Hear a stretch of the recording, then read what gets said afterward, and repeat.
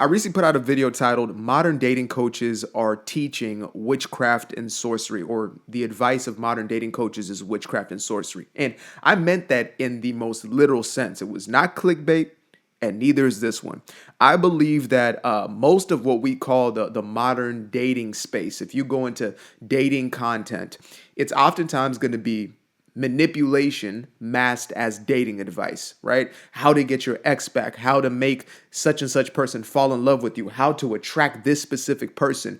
There is such a fixation on control. There is such a fixation on changing external outcomes as opposed to, which I believe is the most important, most valuable aspect, is changing what is within ourselves so we can have a better quality of relationship, so that we can not only attract a quality partner, but we can actually maintain and keep these relationships and grow them fundamentally. If we are not changing, then nothing will change within our lives, let alone within our relationships. And unfortunately, relationships are one of the spaces in our lives which many people believe they don't have to change. It's like, if you want to get a certain job, you know you have to get the qualifications for that job. You might get yourself a degree. You might go out of your way to get certifications. You might go out and, learn a trade or whatever it may be. Yet when it comes to relationships, we feel as if, well, I'm good. I'm me. They should appreciate that. They should want that. And if they don't, then something's wrong with them, right? Too often we find ourselves getting in places where we don't want to be the actual change, and we instead blame it on every ex. Right? Every ex was just narcissistic, and that's why I'm in the place that I am. So anyway, that being said, I saw a video with a very interesting title from a creator I have not seen before, but she's got 2.8. She must be doing something right. She's got 2.84 million followers. Her name is Anna Akana. Anna Akana, I believe that is. Hopefully I'm saying her name correctly, but essentially this video is titled The Rise of Emotional Manipulation as quote unquote dark femininity. Now, I literally only seen 30-second clip of this, and just by the videos that she showcased, I said I want to get into it. So we're going to be doing a literal live reaction, and I'm going to do my breakdowns as per usual, give my little 2 cents wherever I see fit. Again, I don't know what her philosophy is, her ideology about things, but I do know that this subject matter is something I want to get into and to expose, and I believe that she'll be somebody who's going to do exactly that. So let's get into it. Let's talk about the rise of emotional manipulation disguised as dark femininity. Ladies, here are some tips for making any guy high-key obsessed over you. Being nice doesn't make him crave you. Men fall in love with women's absence. Worshipping the ground you walk on to make a man miss you. Be obsessive. And chase after you. Obsessive. By the way, this sounds exactly like what the red pill. I came out of the red pill maybe 3-4 years back, when I finally cut it completely out of my life, and I realized that it was nothing more than a fueling of the insecurities, the unresolved traumas and things of that nature within my life. Right? I was using it as an outlet to express a lot of hurt and pain. But yeah, this definitely sounds very red pillish, and I know that there is a lot of this hyper feminine, feminista type of content out there that is basically the equivalent of the red pill, but this is already giving red pill. It's giving obsessive. absolutely obsessed with you. Basically, people have taken all of the manipulation tactics from pickup artistry and decided to rebrand and repackage it as a new kind of feminism. It encourages women to use the same manipulative tactics that have been historically weaponized against them and says, hey, let's just reverse Uno card this. What could go wrong? This is exactly what I was saying. I could feel the spirit of red pill all over this. And she mentioned the PUA community, which was the pickup artistry of, it's basically just been quote unquote repackaged or rebranded throughout time, right? These Machiavellian traits within individuals that have been used time and time again. And I do believe that there have been more overt within the male population, but women have been doing this for a long time as well. It's just playing a very different game. And unfortunately, it's now becoming mainstream and normalized to not only say these things in public, but to actually act in such a way. So, yeah, I'm already liking where this is going. This whole movement of dark psychology and dark femininity exploits cis women's wounds. It offers women the promise of reclaiming their power, of protection, and taking control of their dating lives, when in reality, it's just a bunch of toxic techniques in a trench coat. So a really easy mental trick to get someone to do what you want is by slipping a command into a question. I don't know who needs to hear this, but go confirm a date with the wrong guy. Literally text him, see you at 7, and then say sorry, wrong person, and go silent. Manipulation number 2, let him hunt. That means don't initiate conversations. Don't text him. He should be the one doing that.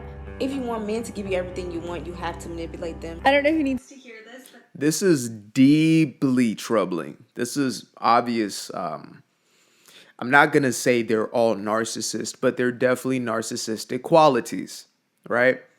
In the covert form, which is the passive-aggressive form of narcissism. Wow, I did not know this was the sort of information being spread. Again, I've been so far removed from this type of information, even when I was in the red pill spaces, due to my own, I guess I'd say, privileges of being raised in a household with 2 parents throughout my entire life. I at least had something to fall back on that was a healthy or functional way of thinking, right? When I fell into the red pill, it wasn't necessarily to become this master Mac manipulator. It was just, again, to project some of my own hatred, to essentially cope with what I was dealing with and to find some sense of blame, as opposed to coming to myself, which was the only answer. But yeah, this right here is this is dark, folks. This is dark. Like the one with the chick who said, you essentially message somebody to link up, and then you ask, who is this? And then you go ghost. That is mentally and emotionally abuse. And that's to anybody, male, female, whoever you are. If you're a dude who's doing stuff like that,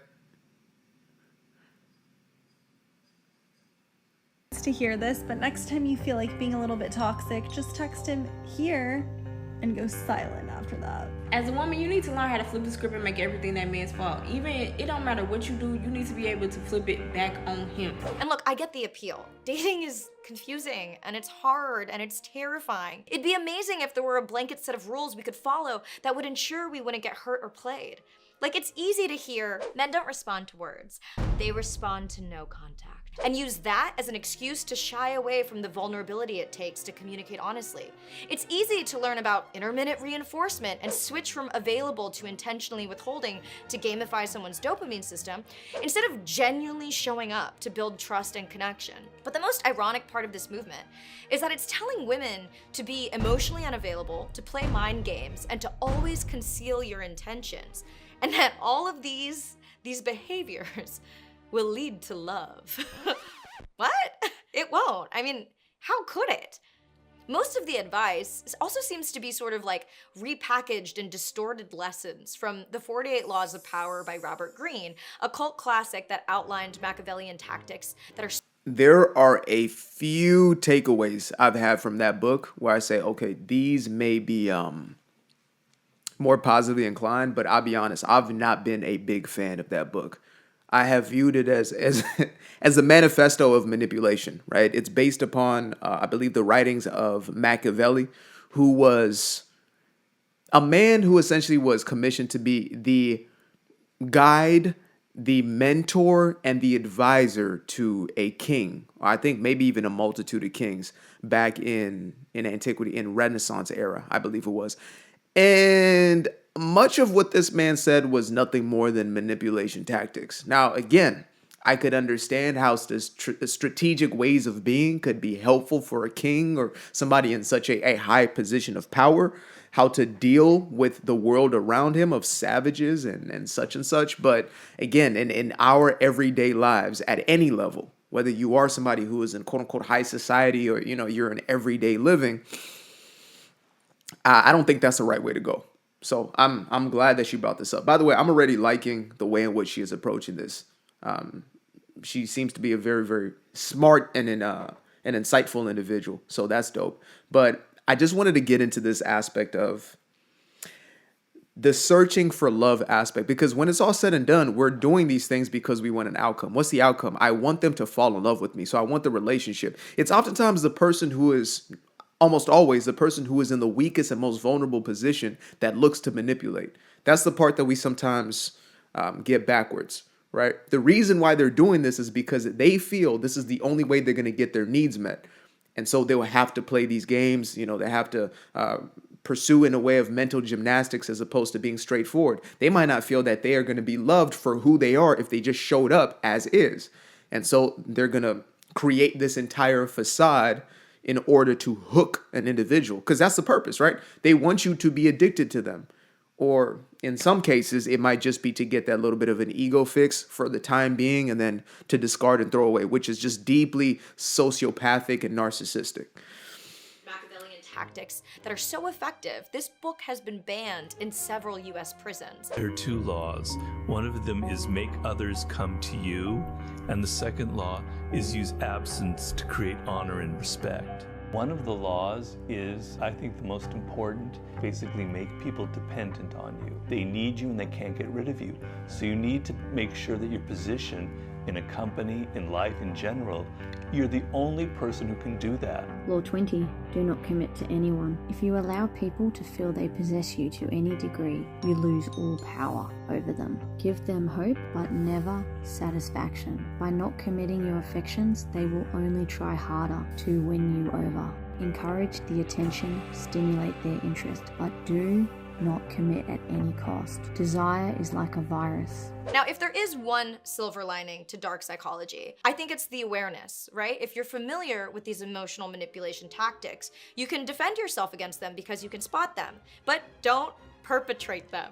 You know, I think one of the most fascinating people to offer this kind of awareness is Kanika Batra Matheson, a self-proclaimed diagnosed sociopath who wants to clue you in on the potential weapons being used against you. I'm a diagnosed sociopath, and these are the 4 stages of narcissistic abuse. Love bombing, of course, is the beginning of it all. You're going to be idealized by this person. They don't know who you are. They're going to project what they want onto you, and you will feel like the center of the universe. You'll get calls, texts, you'll get showered with gifts, just until you fall short. Once you become a real person and not their fantasy, you're going to become very devalued. All of that attention is just going to be snatched from you real quick. You're going to wonder what you did wrong. And let me tell you, you did nothing wrong. You'll get less and less communication, and then before you know it, you're discarded. Don't think you're ever going to get closure, by the way. That's a narc's favorite form of control over you. Then, if they lose narcissistic supply elsewhere, they'll come back to you. They'll give you little bits of attention that you'll be begging for. They'll try to bring you back into their life with the original love bombing. Be vigilant. They're doing it for themselves, not for you. And look, I have no doubt that some of the people creating this kind of content ultimately have good intentions. There are messages encouraging women to center themselves, to not drop all of their priorities and restructure their life for a man they've just met, and to heal their own attachment wounds. I love the way in which she phrases things. She doesn't take it to this extreme. She said, to drop everything for a man you just met. That is such a specificity. And again, we should never be quote unquote dropping our lives for anybody's sake, because that would leave you in a state where you can be of no value to the very same people that you want to be there for, right? That's my belief, at least. But there is an aspect of, again, jumping into this relationship and completely losing yourself.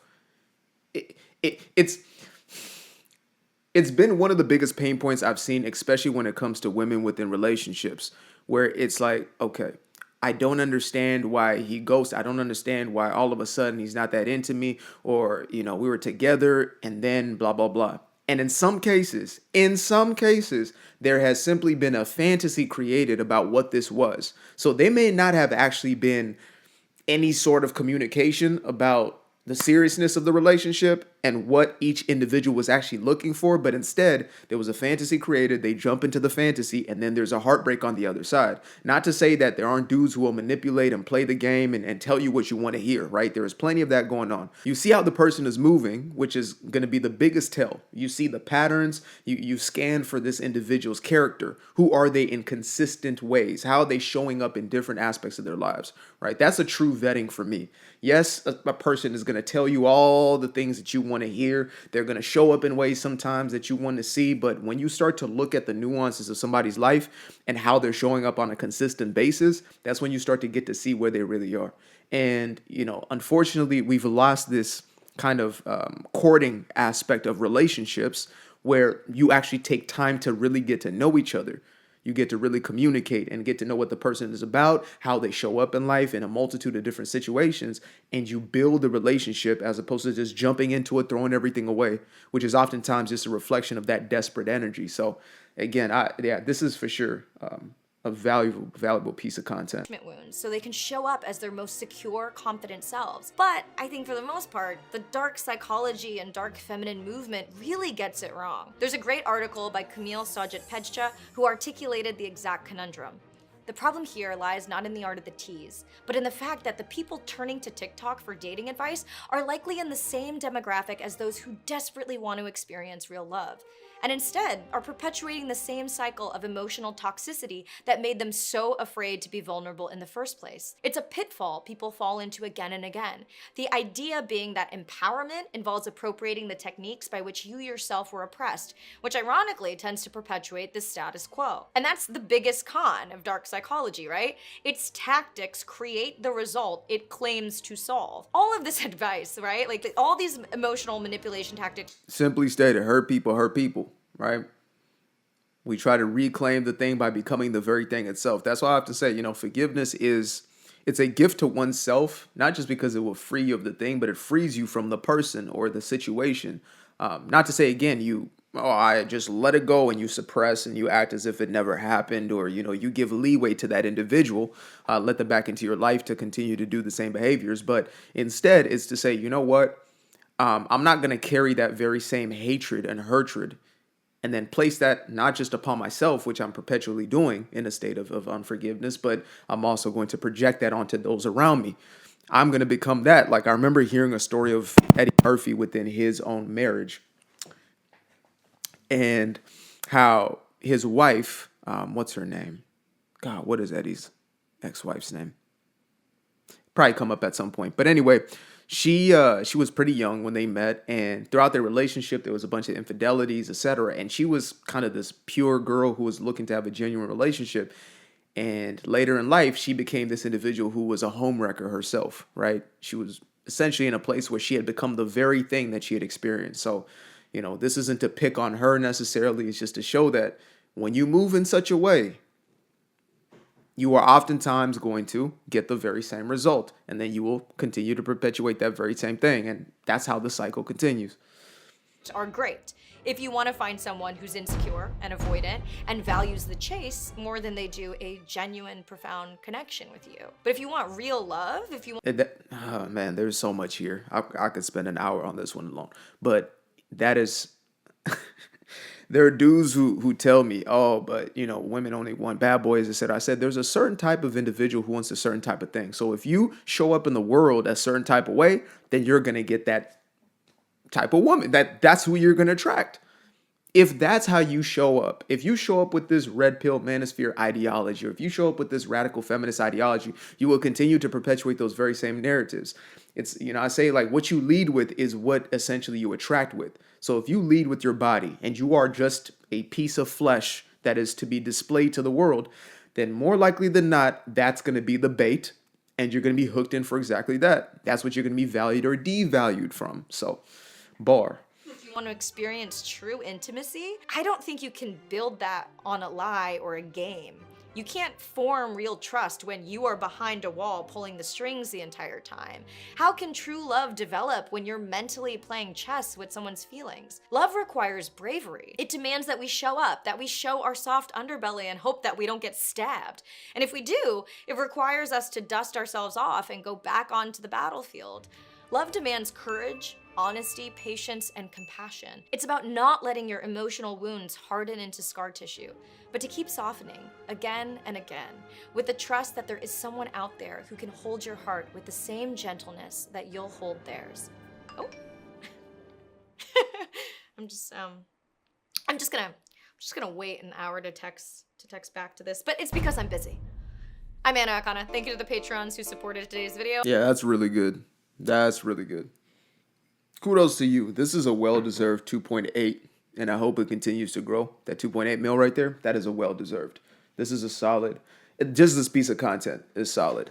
There might be maybe things that we may not see eye to eye on, but this right here said it all. So yeah, I'm curious to see where you guys are on this specific subject, what your experiences have been on either side. You may be, a lady who's in a situation. You may be a fella who's been through certain situations. I'm very, very curious. And, I'm in a place where, again, I'm simply looking to expose those things that are more detrimental to our society, those things that have oftentimes gone covertly and are now being more exposed, and we're normalizing in a multitude of different ways. And, to bring us back to a place of sanity at the very least, and at the very best to bring us into a whole and healthy space. So that being said, appreciate y'all for tuning in. Until the next time, peace.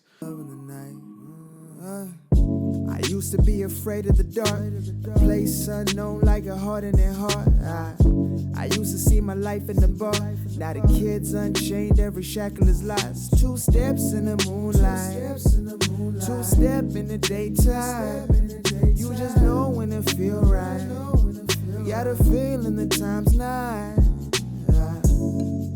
See you through those shades that I just threw on. Through my lenses, you just can't do no wrong. I fell in love with myself again. I fell in love with myself. I fell in love with the sunshine. I fell in love with the light. I fell in love with the full moon. I fell in love with the night. I can see the light again. I can see the light. You can see the life in him illuminate the night. I know the time is taking. A 365, that's a